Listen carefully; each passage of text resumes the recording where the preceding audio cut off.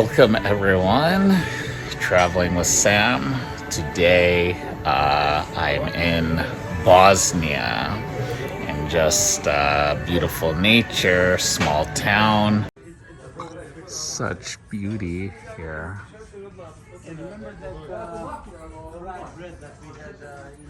Fritters. What's this? Buckwheat fritters and kaimak, that sour cream thing. This is a Thick like that. Just like this, and then like this. oh, okay. So this place is called Zvornik. Is the name of this small town village area. Zvornik, Bosnia.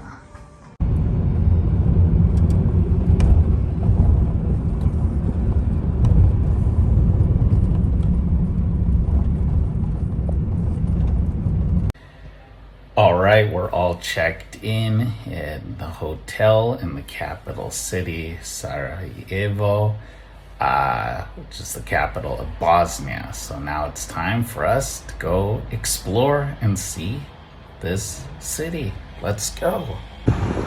Here we are in the capital city of Bosnia.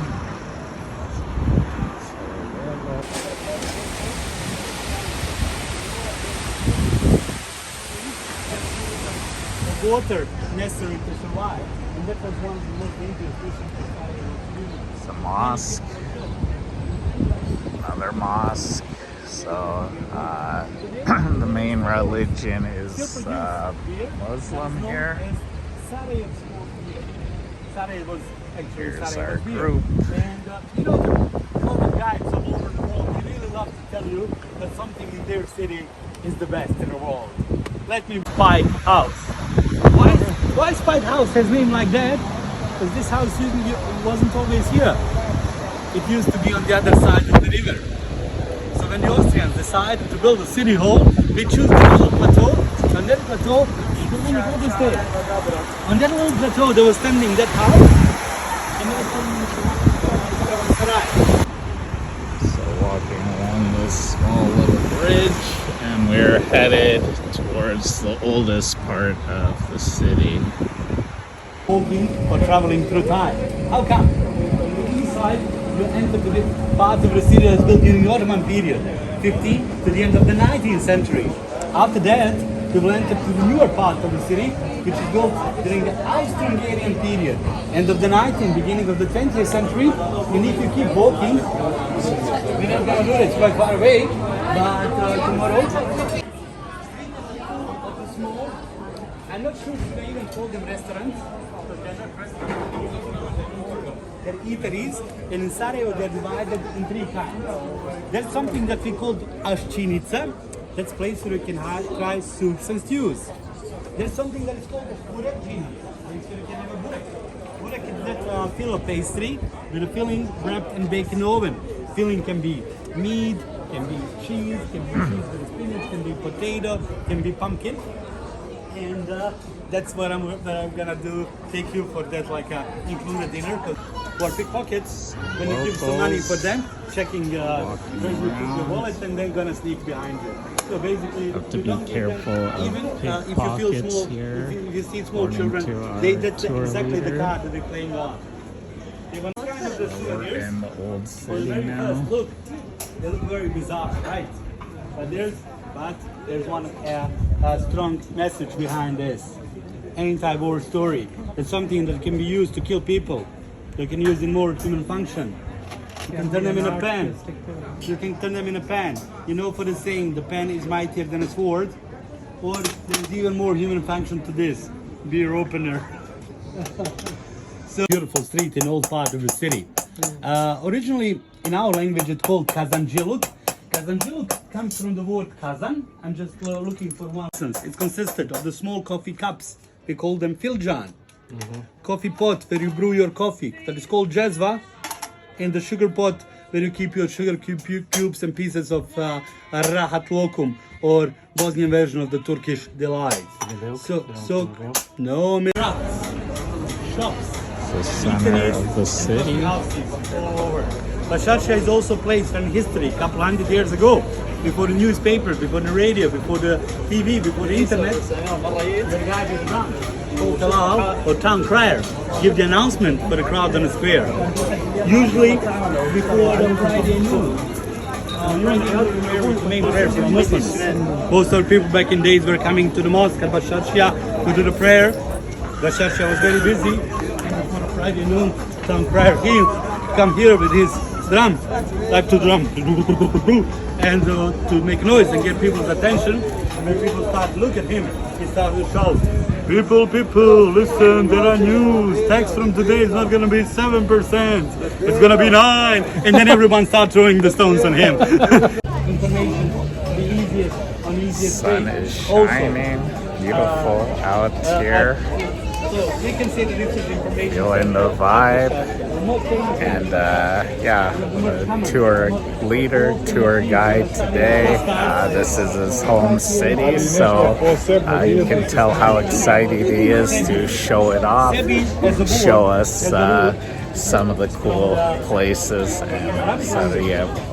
The full name here, like in legal documents, is Bosnia and Herzegovina, but everyone just says Bosnia.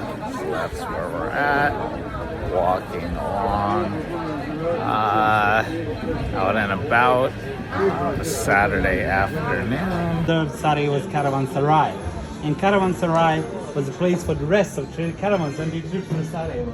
So maybe I can be free to say that this is historical version of not hotel, motel, because that was by the road. So place is built in the 16th century.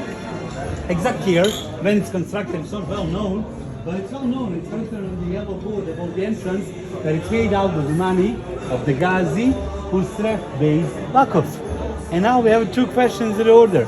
First question is, who was the guy named Ghazi Husrev Bey? Because his name is continuously repeating in Sarajevo. Ghazi Husrev Bey is this, Ghazi Husrev Bey is that, Ghazi Husrev Bey is this, Ghazi Husrev Bey is that. He was first Bosnian born governor of Bosnia, like one of the Turkish provinces. He was very wealthy man, and everything he had in his life, he left it for the Vakuf. Another question is, what is a Vakuf? Vakuf is a special institution of Islamic Sharia law, kind of trust, foundation, or proper English word for that is endowment. When the rich people left their property for public usage to make good deeds, that people remember them by the good deeds even after they died. And due to the fact that this is built out of that Vakuf money, traders could stay, trade, ate, and slept here 3 days for free. So it would be awesome that in cities in the world right now you can find the places like this one used to be, but no more, it's capitalism. So now when we look around the place, on the upper floor, there were rooms, 40 rooms. In each of them, 4 beds. So simple mathematical operation of the multiplying bring us to the number 160. But that wasn't the final capacity of this place. In an urgent case, if the few caravans stuck in Sarajevo on the same day, these guys had additional 160 wool mattresses that they put them on the corridors in the floor, so 320 people could stay overnight here. If you look at the place looks kind of small for 320 people to stay, but take a look. This front wall here, all the way to the road, and 4 sides like that. Place is kind of massive. It just doesn't. The inner courtyard doesn't give you the right impression. You can hear some locals praying. It's like the highest time to pray at like 4 or 5 p.m. So here we are looking at the mosque. Muhamed's explaining. Is entrance for the man. Entrance on the left hand side is entrance for the woman, and entrance on the right hand side is entrance for Imam and his assistants, Muezzins. When you enter inside, main prayers area, it's covered with a big beautiful dome, and the southern part of the mosque, it's covered with a half dome. Southern part of the mosque, it's called mihrab. Outdoor, you can see the outdoor mihrab. It's just like a simple hole, not simple, but nicely decorated hole in the wall that actually tells you the direction of Mecca. Because Muslims always turn to Mecca when they do their prayers. So in case of Sarajevo, is the direction of the south, is the direction of southeast. That's actually the direction of Sarajevo. When you enter inside the mosque, I'm pretty sure you entered mosques already in the world, and you know that there's no icons, no human portraits, only ornaments, arabesques, and calligraphy. Because in Islam it's forbidden to portray the human faces as the human faces. Mosques they just do that live. So 5 daily prayers for the Muslim Salat: sunrise, noon, afternoon, sunset, and night. And if you're Muslim and if you want to, So my watch says 5:07, as you can see, but if I zoom in to this clock tower, it does not say that time that I just showed you on my watch. The reason for this is because it is a lunar clock, and so it tells time differently. So tonight at about 8:50, when the sun goes down, it will show midnight, meaning the start of a new day. And according to the world or the record books, this is the last remaining lunar working clock. So now we're going to listen to Dino, Muhamed's best man, best friend. Now he's going to be our guide, and we'll hear from him. So let's listen in. So that's something that we're about to cover, but when we will be on the site. I just want to point to one thing that I was telling you, the wine bar next to the main mosque in Sarajevo. Not many cities with nomination Muslim population you can find anything similar. Oh, this is in the This is the wine bar next to the mosque. That's a replica of the car Franz Ferdinand in which he was driven.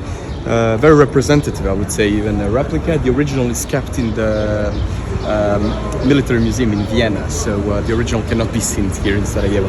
But anyway, let's approach to it, and I will cover the whole story as I've said. So basically, at the corner of one small street in a small city, happens something that will change the course of the world's history. So practically the Sarajevo assassination did definitely change the course of the world's history, because the effects of Sarajevo assassination are so vast that we cannot even imagine them. So basically, I will first of all show you the place. Sorry. So what I want to show you first is this plaque. And on it, it's displayed that from this place in the 28th of June 1914, Gavrilo Princip assassinated the heir to the Austro-Hungarian throne, Franz Ferdinand, and his wife. So, as I've said earlier, I will cover some things from the past and then connect and link to this story. So, we will do it in short sentences. So, first of all, we need to go somewhere into the middle of the 19th century. Middle of the 19th century was very turbulent era, we can say, for the Balkans. The reason is because the Ottoman Empire that was at that time occupying pretty much the whole Balkans started to get weaker and weaker and weaker. In the second half of the 19th century, it was called even the sick man on the Bosphorus, actually. They were calling it like that, leading European political and military powers. So basically they knew that at one certain point of time, the Ottomans will not be able to control that enormous part of the world. So, first of all, what happens into the Balkans is that some of the countries became independent from the Ottomans. So there were rebels in those countries, they wanted to get their independence. So one of these countries that achieved the goal to get independent was Serbia, our eastern neighbor. Serbia got independence somewhere into the middle of the 19th century, and it's very important and relevant for this story to mention how actually that happened and who came on the seat of the kings, actually on the throne of the kings at the time. More beautiful scenery, and you see some people crossing now in nice attire.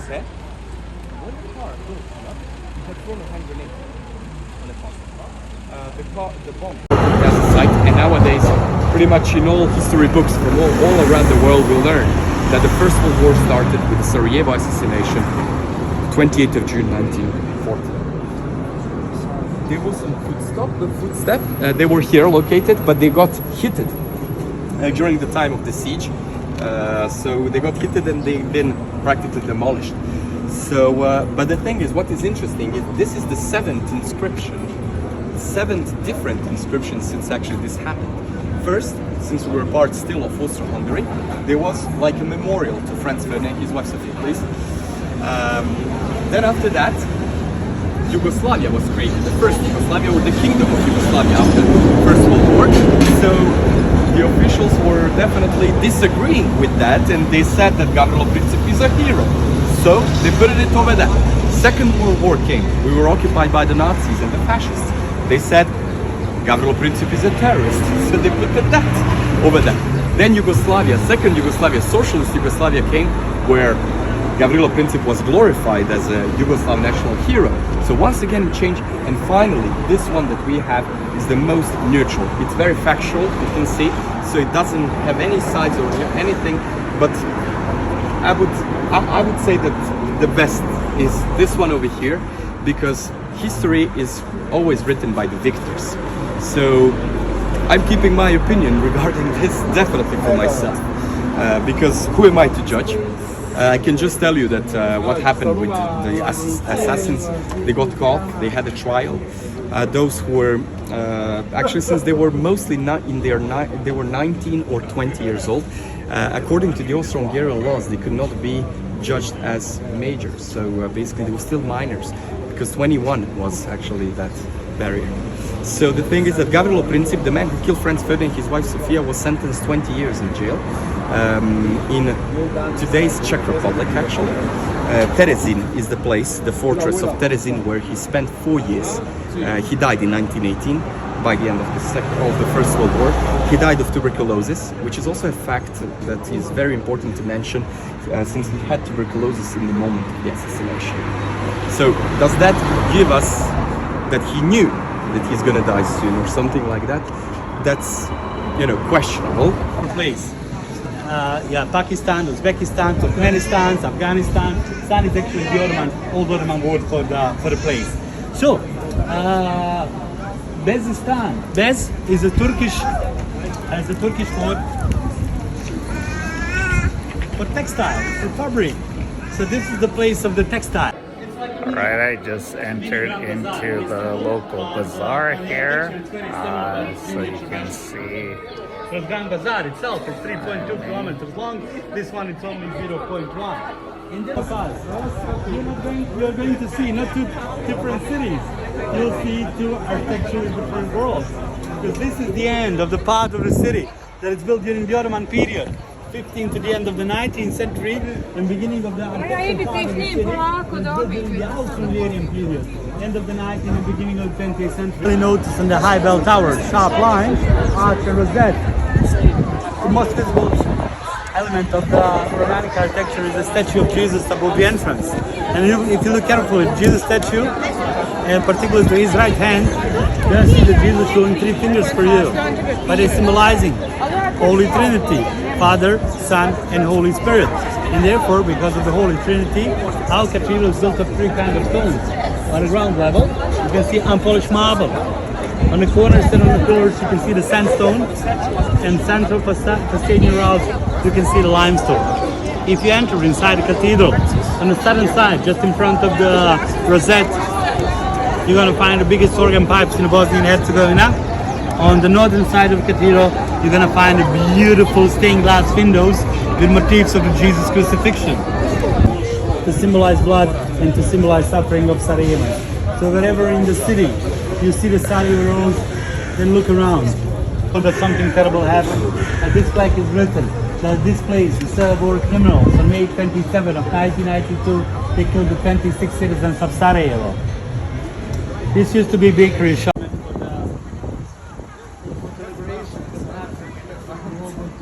Sarajevo was liberated on April 6 of 1945 for the first anniversary of liberation. Famous Sarajevo artist Braco Dimitrijević set up internal plate here. Here is the National Theater. So you see the difference in buildings, mosques, churches, museums. meat. So this is where we are going to have dinner. Our first meal here in Bosnia. Traditional soup, carrots, chicken, pork. Something that people love. This is our feast, our dinner. Bosnia. So 3 different dishes, potato salad, salad with fish shad, everything. Look at the Cutlery. presentation. So what is this? This is so-called lokmas. Lokmas are fritters filled with chocolate with a pistachio cream on top. Dig in.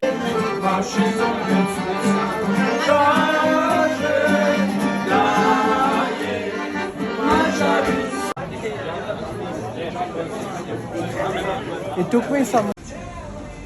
Okay, so to make Bosnian coffee, you take this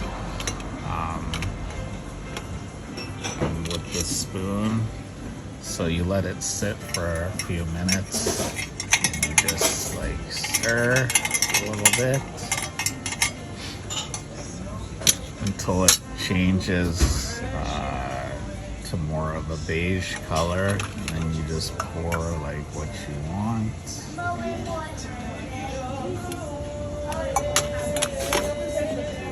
And then inside here will be some sugar cubes. So you take a piece of sugar, you just dip like a little bit of it, and then bite it. And hold it in your mouth, the sugar, and then you take a sip of the coffee. You don't have to do that for every sip if you don't like, but that is the way that you drink the coffee. And the water is there, like if you want to dilute it or just have water on the side. Thank you for joining me on my first time in Bosnia. So if you liked, please hit the like button. If you haven't subscribed, subscribe now. And thank you again for traveling with Sam. Bye for now.